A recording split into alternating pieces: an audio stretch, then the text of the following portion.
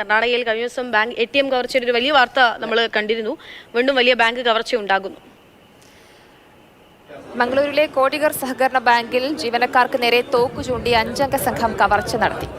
സ്വർണവും പണവും ഉൾപ്പെടെ 12 കോടി രൂപയോളം നഷ്ടപ്പെട്ടതായി ബാങ്ക് അധികൃതർ അറിയിച്ചു.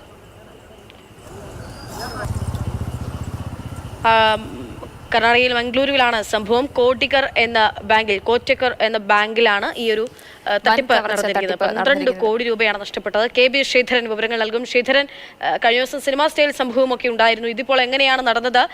തട്ടിപ്പ് സംഘത്തെ പറ്റി എന്തെങ്കിലുമൊക്കെ വിവരങ്ങളുണ്ടോ? 24 മണിക്കൂറിനുള്ളിൽ രണ്ടാമത്തെ ബാങ്ക് കവർച്ചയാണ് കർണാടകയിൽ നടക്കുന്നത്. അതുകൊണ്ട് തന്നെ വലിയ ഞെട്ടലിൽ തന്നെയാണ്, അല്ലെങ്കിൽ ആശങ്കയിൽ തന്നെയാണ് ഉള്ളത്. ഏറ്റവും പ്രധാനപ്പെട്ട ഒരു കാര്യം, ക്രമസമാധാന നിലയെ ചൊല്ലി വലിയ ചോദ്യം ഉയർത്തുന്ന ഒരു കവർച്ചകൾ തന്നെ നടന്നിരിക്കുന്നു. ഇന്നലെ ബീദറിലാണെങ്കിൽ ഇന്ന് മംഗലാപുരത്തിന് സമീപത്തുള്ള ഉള്ളാലിൽ കോടിഗർ സഹകരണ ബാങ്കിലാണ് ഇങ്ങനെ ഒരു കവർച്ച നടന്നത്. ഒരു കാറിലെത്തിയ 6 അംഗ സംഘം, അവരുടെ CCTV ദൃശ്യങ്ങളൊക്കെ ലഭ്യമായിട്ടുണ്ട്.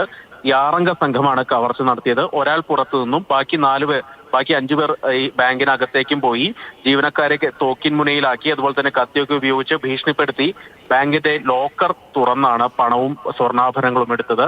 5 ലക്ഷം രൂപയുടെ നോട്ടുകളും അതോടൊപ്പം തന്നെ അതിന് പിന്നാലെ സ്വർണ്ണാഭരണങ്ങളുമാണ് കവർന്നത്. ഏകദേശം 12 കോടി രൂപയോളം നഷ്ടം സംഭവിച്ചതായാണ് ബാങ്ക് അധികൃതർ നൽകുന്ന വിവരം.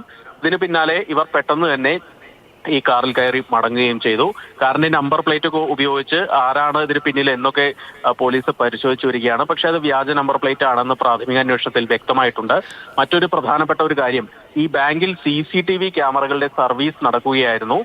ഇതിനിടയിലാണ് ഈ കവർച്ച നടന്നിരിക്കുന്നത്. അതുകൊണ്ട് തന്നെ ഇവിടെ CCTV ക്യാമറകളുടെ സർവീസ് നടക്കുന്നുണ്ട് എന്ന് മനസ്സിലാക്കിയായിരിക്കണം ഒരുപക്ഷെ മോഷ്ടാക്കൾ എത്തിയതെന്നാണ് പോലീസ് കരുതുന്നത്. അതുകൊണ്ട് തന്നെ ഇതിന് ഏൽപ്പിച്ചിരിക്കുന്ന ഏജൻസിയുമായി ബന്ധപ്പെട്ടൊക്കെ പോലീസ് ചോദ്യം ചെയ്ത് വരികയാണ്.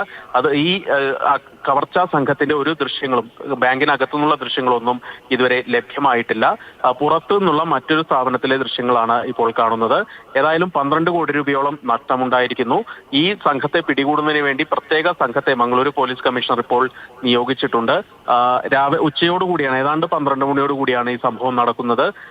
ഇപ്പോൾ ഇവർക്ക് വേണ്ടി എല്ലാ ഭാഗങ്ങളിലും, പ്രത്യേകിച്ച് കാർവാർ പോലുള്ള മേഖലകളിലേക്ക് ഇവർ നീങ്ങാനുള്ള, സംസ്ഥാനം വിട്ടുപോകാനുള്ള സാധ്യതയുണ്ട്. മറ്റൊരു പ്രധാനപ്പെട്ട കാര്യം, ഈ കവർച്ചാ സംഘം സംസാരിച്ചിരുന്നത് ഹിന്ദിയിലാണ്. അത് കർണാടകക്കാർ സംസാരിക്കുന്ന ശൈലിയിലായിരുന്നില്ല എന്നാണ് ജീവനക്കാർ പറയുന്നത്. അതുകൊണ്ട് തന്നെ അന്തർ സംസ്ഥാന കവർച്ചാ സംഘമാണ് ഇതിന് പിന്നിൽ എന്നുള്ള ഒരു നിഗമനത്തിലേക്ക് കൂടി പോലീസ് എത്തുന്നുണ്ട്. ഇന്നലെ ബീദറിൽ നടന്ന ഈ കവർച്ചാ ശ്രമത്തിന് പിന്നിലും ഛത്തീസ്ഗഡ് കേന്ദ്രീകരിച്ചുള്ള സംഘമാണ് എന്ന് കണ്ടെത്തിയിരുന്നു. അതിന്റെ അന്വേഷണം പുരോഗമിക്കുകയാണ്. അതിനിടയിലാണ് ഇപ്പോൾ ഇങ്ങനെ ഒരു വലിയ കവർച്ച തന്നെ ഉണ്ടായിരിക്കുന്നത്.